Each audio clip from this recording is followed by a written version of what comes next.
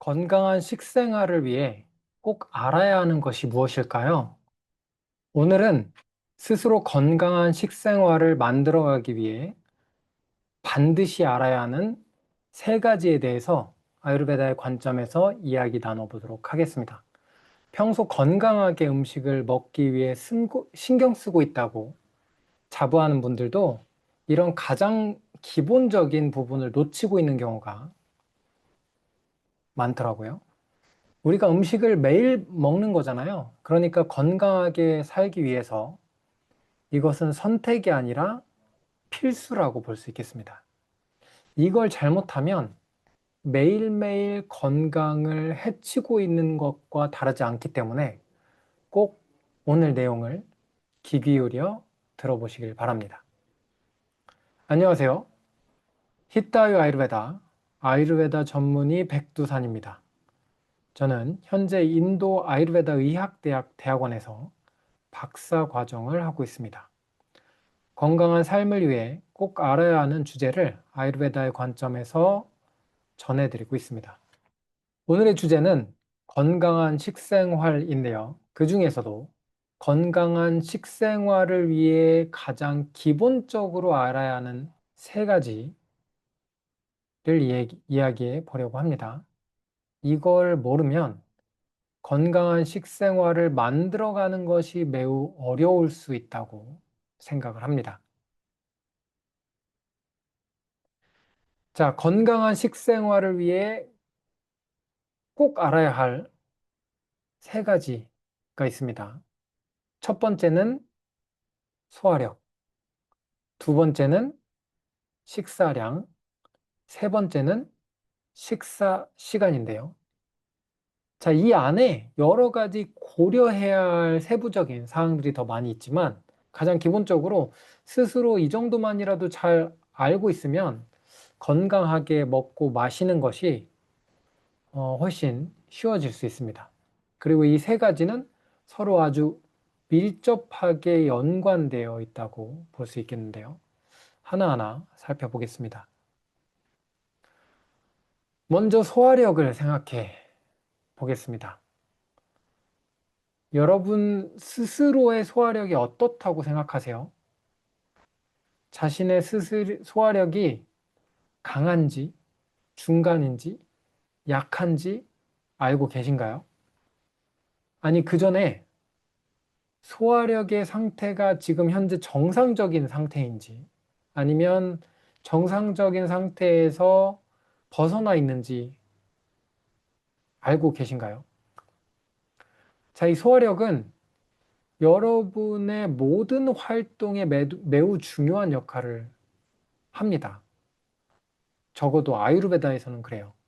그래서 소화가 제대로 이루어지지 않거나 소화력이 떨어지게 되면 자연스럽게 몸에 힘이 떨어지고 면역력도 낮아진다고 볼 수 있겠습니다.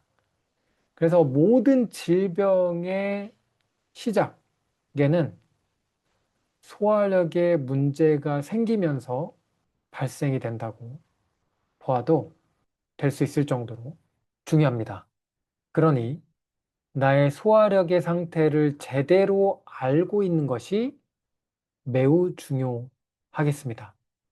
그럼 소화력을 어떻게 하면 알 수 있을까요? 자, 배고픔과 식사 후의 소화 상태, 그리고 배변의 상태를 관찰함으로써 이 소화력을 어느 정도 이해할 수 있는데요. 평소에 내가 배고픔을 잘 느끼고 있는지, 음식을 먹고 언제쯤 배고픔을 느끼는지, 배고픔의 정도가 어떠한지, 배변이 매일 일정하게 일어나고 있는지, 배변의 상태는 어떤지, 변비라든지 아니면 무른 변을 본다든지, 그리고 소화 과정에서 불편감이나 가스가 차다는가, 통증이 있다는가 등의 증상은 없는지, 이러한 상태를 스스로 관찰을 함으로 인해서 나의 소화력의 상태가 어떤지 이해할 수가 있습니다. 그래서 스스로 계속 관찰하면서 나의 소화력의 상태를 이해하는 것이 굉장히 중요하죠. 그래서 아유르베다에서는 스스로의 몸을 관찰하고 이것을 이해하는 것이 매우 중요해요. 우리는 모두 같은 사람이지만 개개인마다의 상태가 굉장히 많이 다르기 때문에 각각 스스로를 제대로 잘 이해할 수 있어야 됩니다. 그래서 여러 상황에서 나의 몸을 관찰하고 비교하면서 나의 몸에 대한 데이터를 가지고 있어야 돼요. 그래서 이것이 건강한 삶을 위해서 갖추어야 하는 가장 중요한 능력이라고 저는 생각을 합니다.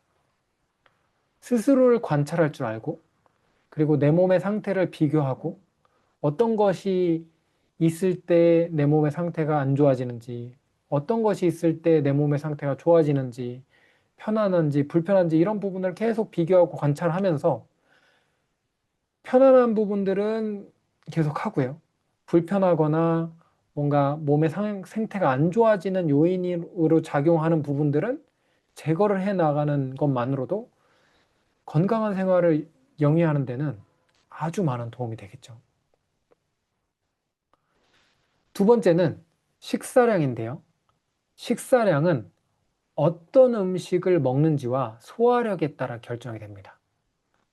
소화가 어려운 음식, 대표적으로 고기나 생선, 뭐 빵, 케이크, 패스트푸드, 뭐 이런 것들, 그리고 초가공식품으로 분류되는 음식들, 이런 것들이 대부분 소화가 어려운 음식이라고 볼 수 있겠죠. 근데 사실 초가공 음식들 같은 경우, 패스트푸드 같은 경우도 포함해서, 아니면 1차적으로 조리가 된 상태에서 그냥 전자레인지 등으로 데워 먹는 이런 음식들은 좋은 음식이라고 보기는 어렵겠죠. 그래서 가능한 한 빈도를 최소한으로 하는 게 좋겠습니다. 이렇게 소화가 어려운 음식들은 양을 적게 먹어야겠죠. 이외에도 여러분들이 평소에 관찰을 통해서 어떤 음식들이 소화가 어렵고 어떤 음식들이 소화가 편안한지 알고 있어야 됩니다. 그래서 몸의 상태에 따라서 어떤 음식들을 먹어도 되고 어떤 음식들을 먹지 않아야 하는지 판단할 수 있어야겠습니다. 소화력의 상태에 따라서도 음식의 양이 달라지겠죠. 소화력이 좋으면 먹는 양이 늘어날 것이고, 소화력이 약하면 먹는 양이 줄어들겠죠. 이 부분은 상식적으로 조금만 생각해 보면 이해를 할 수가 있는 부분이죠. 자, 이렇게 식사량은 내 소화력의 상태에 따라, 그리고 어떤 음식을 먹는가에 따라서 적절한 양이 결정되게 됩니다. 이게 사람마다 다르기 때문에 역시 나에게 맞는 적절한 양의 음식을 알고 있어야만 하겠습니다. 세 번째는 식사 시간입니다. 여러분이 하루에 두 끼 혹은 세 끼를 먹는 것이 스스로에게 맞는지, 이것은 역시나 개개인마다 다를 수 있어요. 단, 여기서 중요한 건 뭐냐면 먹은 음식을 제대로 소화할 수 있어야만 해요. 그것에 따라서 여러분들이 두 끼를 먹을지 세 끼를 먹을지를 결정을 하시고, 그리고 이 식사 시간은 반드시 일정해야만 합니다. 자, 매일 일정한 식사 시간에 식사를 하는 것은 좋은데 이것이 그냥 식사 시간이 되었다 그래서 음식을 먹는 것이 아니라 일정한 식사 시간에 맞춰 전에 먹은 음식이 소화가 잘 되고요. 그리고 적절하게 배가 고프고, 그렇게 나에게 맞는 식사 시간을 정할 수 있어야 하겠습니다. 자, 오늘은 아주 간단하게 건강한 식습관을 위해 꼭 알아야 하는 가장 기본적인 세 가지를 살펴봤는데요. 어떠셨나요? 여러분, 건강하게 음식을 드시고 계신가요? 건강하게 음식을 먹는다는 것이 단순히 샐러드를 많이 먹는 것이 아니라, 단순히 유기농만을 먹는 것만이 아니라 스스로의 소화력을 이해하고 일정하고 적절한 시간에 적당량의 음식을 먹는 것이라고 이야기할 수 있겠습니다. 여러분이 이렇게 매일매일 기본적인 식습관을 만들어 가신다면 그 자체가 질병을 예방할 수 있는 방법이 되고요. 오래오래 건강하게 살아갈 수 있는 가장 기본이 되는 조건이 충족된다고 볼 수 있겠습니다. 자, 그래서 이러한 내용들을 바탕으로 해서 어, 히타유 아유르베다 아카데미에서 균형 있는 삶을 위한 12주라는 프로그램을 진행을 하고 있습니다.